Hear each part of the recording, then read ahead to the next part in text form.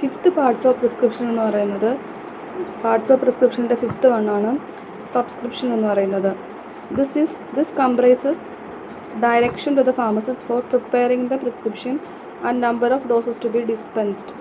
Those days, the prescribers are omitting the specific instruction to the pharmacist because the majority of the prescriptions are not compounded and dispensed. This comprises direction to the pharmacist for preparing the prescription and number of doses to be dispensed.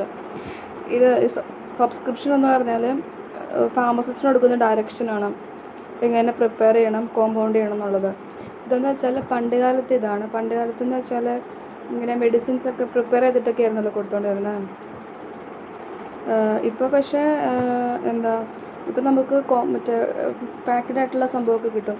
പണ്ടെന്ന് പറഞ്ഞാൽ ഇത്ര കൂട്ടി ഒക്കെ എല്ലാണല്ലോ കൊടുത്തോണ്ടിരുന്നത്. അപ്പം പണ്ട് കാലത്തെയാണ് ഈ പറയുന്നത് കേട്ടോ. Those days the prescription are omitting the specific instruction to the pharmacist because the majority of the prescriptions are not compounded and dispensed.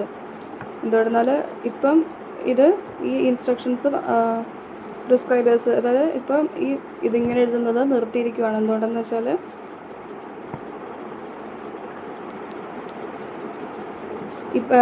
ഇപ്പോഴത്തെ കാലത്ത് മെജോറിറ്റി ഓഫ് ദ പ്രിസ്ക്രിപ്ഷന് കോമ്പൗണ്ട് ചെയ്യേണ്ട ആവശ്യം വരുന്നില്ല. അതുകൊണ്ട് ഇതിപ്പം ഇതിപ്പം ആവശ്യമില്ലാത്ത ഇതാണെന്ന് ഇങ്ങനെ കോമ്പൗണ്ട് ഇപ്പം ഇങ്ങനെ ഡയറക്ഷൻ ഫാർമസിസ്റ്റിന് കൊടുക്കേണ്ട ആവശ്യമില്ലെന്നാണ് പറയുന്നത്. ഓക്കെ.